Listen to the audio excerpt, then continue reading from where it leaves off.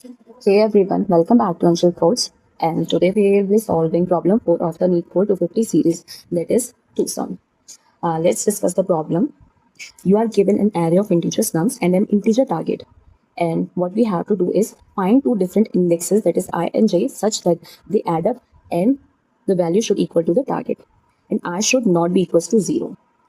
And we have given in the question that there is always exactly one correct answer. So we will not be getting worried about edge cases like no solution or multiple solution. So let's go through the example. We have given the nums array that is 3, 4, 5, 6 and the target is 7. Now imagine that you are solving this manually. You look at 3 and then you think, what number do I need with 3 to make it 7? The answer is 4. And now you scan the array and then you see 4 and then you say, yes, the 4 exists in the array. And then you return the indexes of 3 and 4, that is 0 and 1. Now going to the second example, we have given the array is 4, 5, 6 and the target is 10.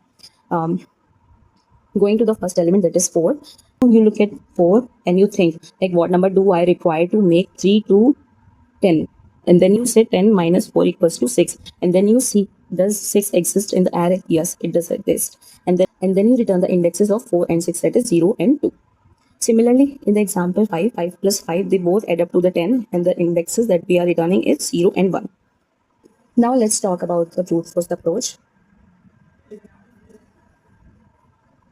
I have given an example is 3, 4, 5, 6 and the target value equals to 7. So you pick one element, that is 3. For 3, we will check it with every other element. Let's say 3 plus 4, 3 plus 5, and then 3 plus 6. Similarly, we will check it for 4, 4 plus 5, and 4 plus 6. And then similarly for 5, 5 plus 6. Does any of all these permutation and combinations, does it make it 7? Yes, it does make it to the 7. Yes, but we do have a problem with this brute force approach that we are doing so many of comparisons. Like you can see. So the time complexity will become order of n square because we are checking every element with other element. For small arrays, it is fine, but for bigger inputs, it becomes slow. Now let's go to the optimized approach. So instead of checking all pairs, for every number, we just ask, what number do I need to reach the target? In the same example, 3, 4, 6, and 7, and our target was 7. For 3, we will check like what the other number that I require to make it to the target. So if the current number, that is nums of I, is 3, yes. So I will calculate a value that is target minus nums of I. Now instead of searching the whole array again, I will instantly know whether that number already exists or not. That's where hashing comes in. And hash map will give you almost constant time lookup. So you will not be need to worry about the time complexity. You can search in constant time. It's a very huge improvement. So let's try run step by step. Okay. So the nums of array that we have given is 3, 4, 5, and 6. And our target is 7. So we have the empty array, hash map, and this is our key value pair, right? Step 1, I equals to 0 and nums of I equals to 3. And the value that we need equals to 7 minus 3 equals to 4.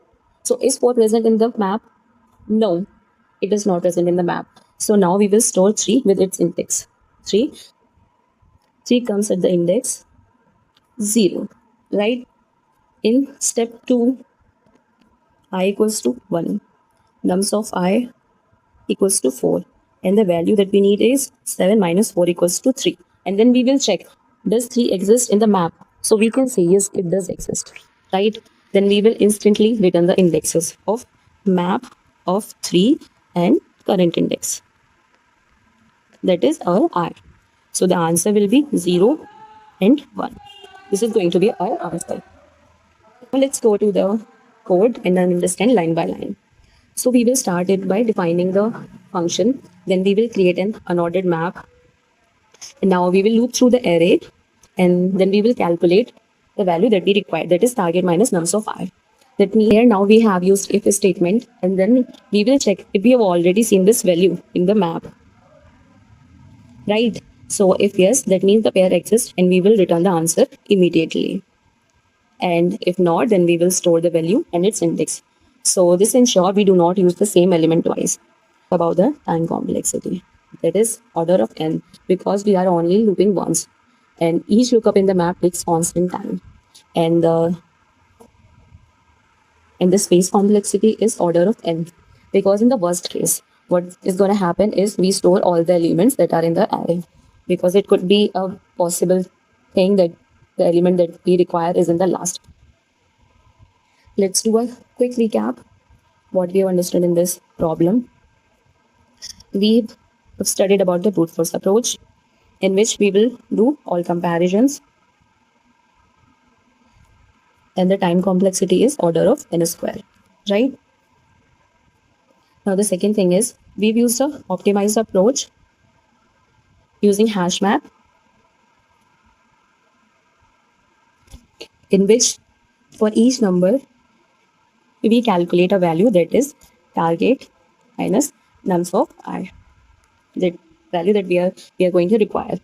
And then if we have already seen it, then we will return, else we will store the value, right? This is a classic example of trading space for time. And if you really understood this problem, you've unlocked a very important concept in hashing, and make sure you practice this pattern. And like this video, subscribe to Anshul course and stay consistent with the NeetCode 250 series. This was the problem 4. I'll see you in the next one. Till then, happy coding.